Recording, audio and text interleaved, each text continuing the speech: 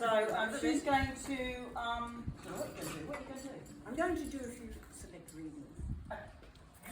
So, and then Christine is going to interrogate me. Okay. All right.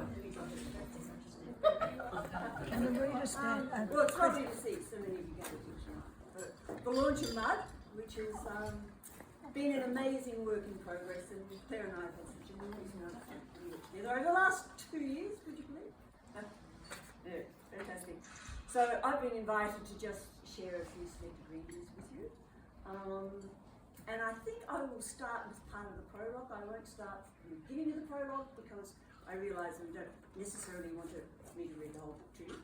But I think the prologue is a good place to start, and I want you to think about a few things as I'm reading so that you can just sort of start to get a sense of what it might be about and what are some of the literary features about the book that you need to keep in mind as you're reading.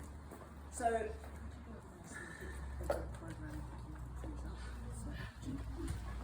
oh, okay. put it up here so she can hear. Oh, eh? Yeah, back there. Okay. All right. Sorry, I thought I had a loud voice. No.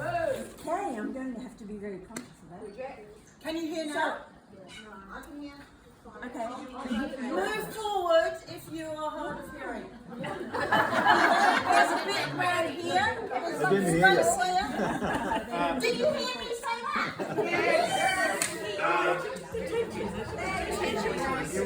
You what?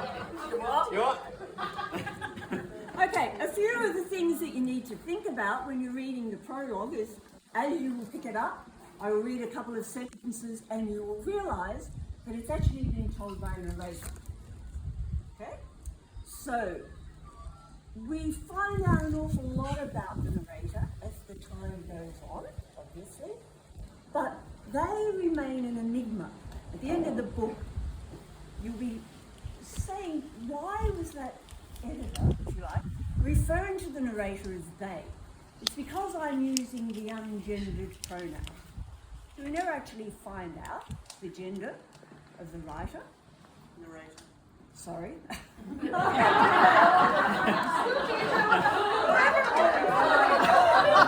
Got the right pen out. It's been a constant argument for 2.5 years.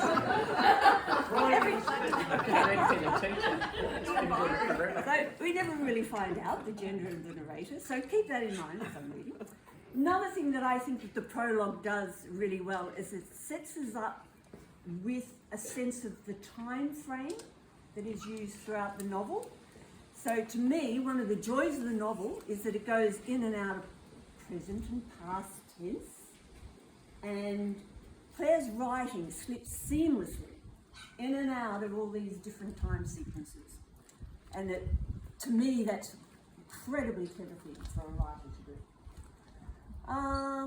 The third thing that I want you to think about is the prose style. Okay, how does she write? Listen to the fluency of the language. Listen to the musicality of the language and the words, the lyricism of it. And I think there are a few bits in here that you'll probably pick up. The playfulness, the wit, the humour of the writing. Okay, so there's just some of the things that I want you to think about as I pick up the prologue about halfway through. And I'm going to start.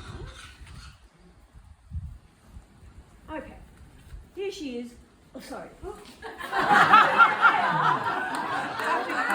the non-gender. You had about 2 months when you said it to me. Pronoun, they. Okay, here they are. One person only on the train. And it's called the Great Midlands Rail. Okay, so the Great Midlands Rail has often struck me as a misnomer. I'm on a train bound for Port Albert in the east of England, and I have no intention of going to the Great Midlands, lovely though they may be, but perhaps all this is a matter of perspective, and that indeed can be deceiving. Years ago, as a teenager sitting on a similar train on the same line and going in the same direction, a woman beside me had tried to start a conversation. "Where are you off to, love?" she had asked me, not 10 minutes out of London. Port Albert, I reacted with monosyllabic politeness. "Oh, arse end of the world, that one," she said. remember feeling inclined to agree with her, but now I question her crass assessment. What's there for you? Oh, home. Oh. She picked up her crocheting, adjusted her buxom body in the back of the blue velour seat, and didn't say another word until the train stopped at Sageton. There she packed up her rather mawkish mauve creation and waddled somewhat clumsily towards the door. Watch yourself, love. At Sageton, the train stops for a little longer than usual as it unburdens itself of its last two carriages. To pass the time in this hiatus, passengers bound for Port Albert can trace the hurly-burly of the throng on the platform. Rucksacks and bicycles, duffel coats, and sports jackets, tracksuits and blue suits wander up and down as their owners read posters advertising violin concertos, ABBA revivals, Brechtian performances and pub quiz nights. Today, I watch as a teenager sitting across the aisle blows his nose on a tissue, presses it onto the window, and stares as it slowly and gracefully slides down the glass. Oh, it's a while away the time, I suppose. And just as the third tissue reaches the bottom of the window, the train jolts and we are on our way, truncated and almost empty, heading towards the north coast of Eastershire. I am returning to the arse end of the world, having lived and worked all over other parts of its anatomy, before coming back to what now feels like home. To be honest, I didn't feel at home for a long time. As a secondary school teacher, I was a bit of a gypsy. I would find work for a couple of years in one country or another, enjoy discovering a culture that was new to me, and then move on as the gloss faded. Somehow I was never able to settle. Now, I feel that I belong in a little village that clings to the shifting mud of the North Eastershire marshland. So here I am going home. From my perspective, the countryside is flashing past the window of the train. The snot-filled young man across the aisle is now scrolling his phone, and on my side of the carriage, I'm wondering how I'm going to tell you this story.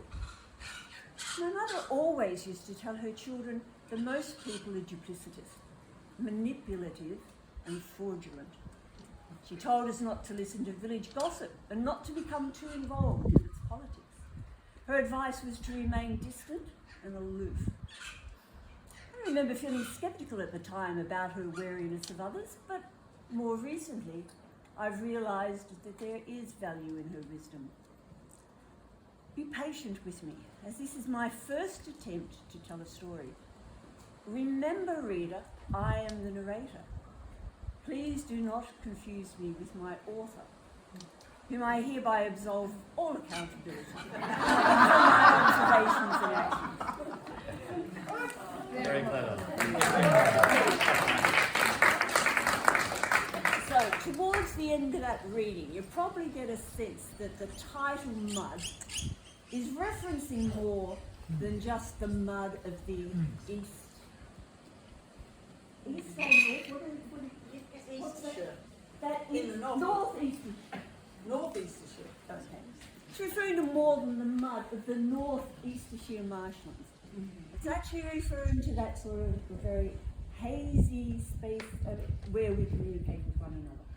You know, how muddy is our communication, how clear is our contact with others, and what others come to understand and learn about us and know about us. You know, obviously the mother's advice to the narrator is to just be a little bit wary in what you believe that people say and how they say it. Okay, so that's one of the major things, if you like, of the book. And another one is very much Claire's heightened sense of social justice. So her belief, which is very fundamental to who she is, comes through very much throughout the book. Look, I've got lots of favourite passages that I could read, and I'm not going to read them all, but as you read through the book, you might come across a few pages dealing with dementia. They're poignant, they're heartfelt, they're funny at times, but always told with a high degree of sensitivity. There's the loss of the narrator's parents and how that is dealt with very respectfully. And there's also that sense of British stoicism, Stoicism in dealing with death of one's parents, you know. Yeah, something that I think many of us struggle with, our British reserve, when dealing with death in that way. In Blackwood, those of you who've read Blackwood, you'll know that Claire's obviously interested in education, and there's some very telling parts in Mud as well, where she talks about her thoughts about education and the direction that she's going. But because Lindsay and I have spent a lot of time up in this area with Claire, I guess for me much of the appeal of the book lies in just being embedded in that place. You know, there's a rich sense of village life, being on the marshlands up around thank you. And also the eccentricities of people that you meet in the village and whatever. You know, you'll love it from that perspective. However, I'm going to do two more quick readings. And I want to read these because it's made me very aware of how observant Claire is in her day-to-day life of what goes on around about her and that sort of stuff. And how she just doesn't look at things and see things like normal people. But she's all the time questioning and wondering and going beyond the obvious. So here she's writing about churches. And the first quick reading of the church that I want to read is on page 50. And it refers to this place called, fictionally, Dewsbury Cathedral. You'll probably want it back. And it starts. If I copy. Here we go. You'll notice she's again on a train. This is a recurrent motif in the novel. It was all too grim on that grey English summer's day when I saw the pentagonal tower of Dewsbury Cathedral emerge, as it always does, out of the floating mist. It stretched upwards and almost tickled the low-slung clouds. At its inception, the cathedral and its tower had offered a promise of ascension into another, better world. Centuries later, as Luddites were sent to Australia and city living replaced agrarian pursuits, people's thoughts became more earthbound. The ease of mixing and mingling with others heralded perspectives and possibilities beyond those thoughts of the dubious God and that questionable expectation of heaven. Today, while we marvel at the feat of its construction, perhaps we also question the cathedral's relevance. The sight of the tower physically and spiritually rising into the heavens made me wonder about my mother's spirit. She was religious, I think, I thought. After all, we had gone to church most Sundays and, holding hymn books in our hands, had shouted through them, "What is my shepherd?" in Jerusalem, and listened to interminable sermons. But somehow the other families kneeling, bowing, and singing in tune in their pews seemed far closer to the state of grace than we felt.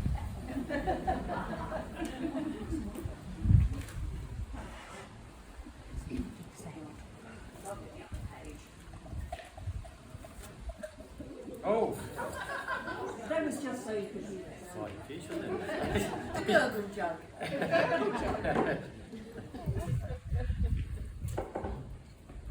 Sorry, another one of our churches is on page 75 and 76, and this is St. Ebenezer, which can't, do you like that one? Well, I just amused that you did that one because we argued over that Oh, passage. yeah. Okay, team meeting. This is the backstory of all we want to hear.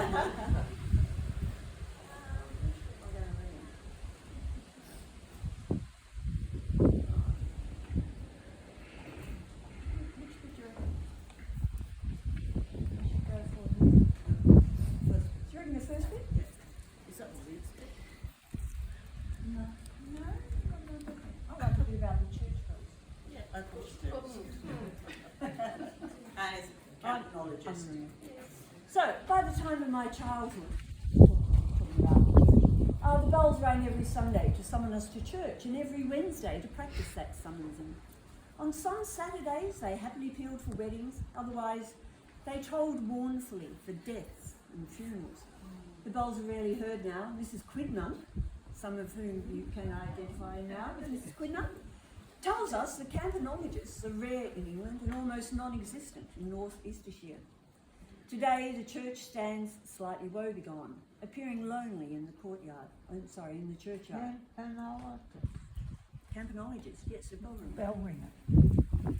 Sometimes the weeds are sprayed, sometimes someone tends the odd headstone, but for the most part, a shabby aura hangs over the place, and time dissolves into the grey flint, motionless over the crumbling gravestones and gravel paths.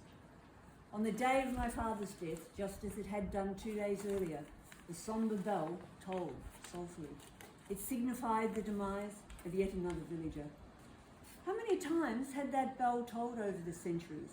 It was a lonely sound that waved over the cottages and got lost in the lapping water of the incoming tide. Another soul had just been grabbed and taken down the shingle shoreline into the muddy creek and out to sea. I think that's quite beautiful. Very rhythmic, you know, that sense of the interwovenness between life and death and the natural world. Yeah, beautiful. And just a couple on art, page 85. There are some very funny parts where she writes about art. And if you find yourself thinking, I don't know that I'm really aware of who that particular artist is, Don't worry. don't spend an awful lot of time with them.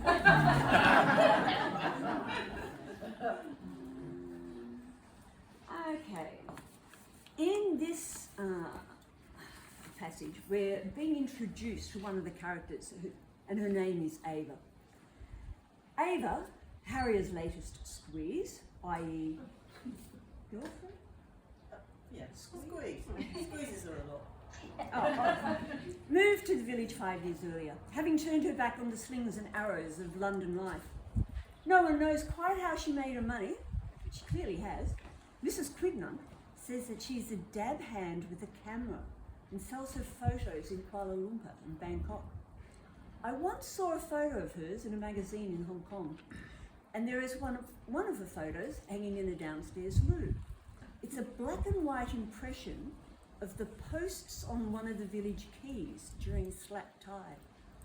Moulded concentric circles of water surround each post as it emerges from the depths.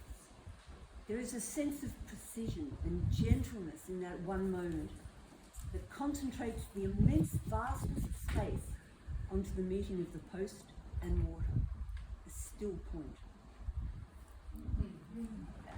Right, I've never seen the photograph, but my God, It's in the pub. I can see it. It's in the pub. Oh, in the hero. Oh, is it? Yeah. I thought it was your sister-in-law's.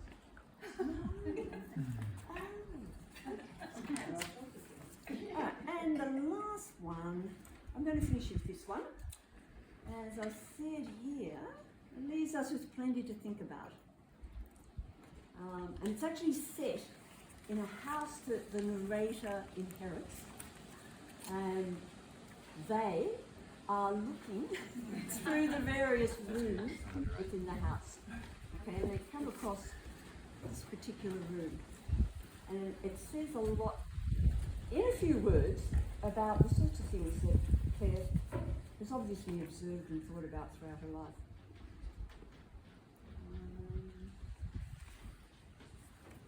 Here it is. Okay. I found rooms in the house that I'd never seen before. Most didn't seem to have been touched since being decorated at the turn of the previous century. They were musty, dusty places that Mrs. Quidnunc had left to themselves, but in them were artworks that indeed did seem quite grand. They were the sort of artworks that generally hang in stately homes or national art galleries. I found myself entranced as I looked at paintings of men standing erect in red or blue coats, looking sideways at me with condescending stares and supercilious smirks, designed to distract my eye from their receding chins. More often than not, they were brandishing a gun with an air of courageous conquest as they stood over some blood-bespattered stag. As always, the contest had been fair and the better player had won. These paintings, like their subjects, were designed to intimidate, to rule, to conquer.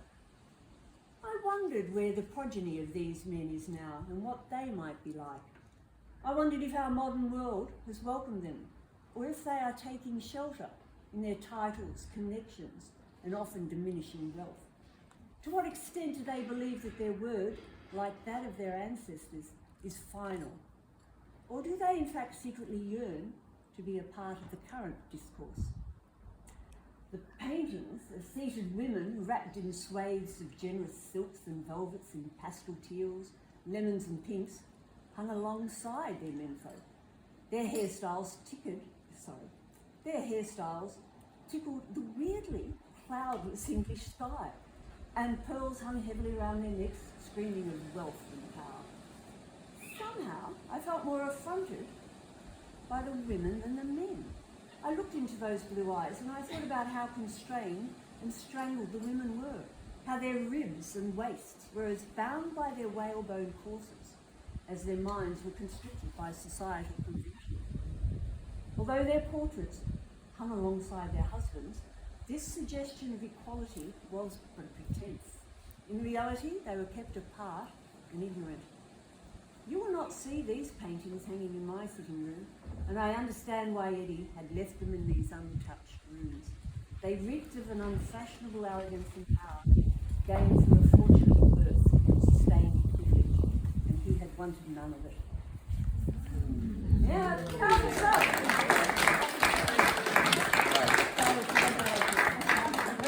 Wouldn't have happened without you. No, you didn't do the menu. Thank you. No, I didn't read it. Let them leave something.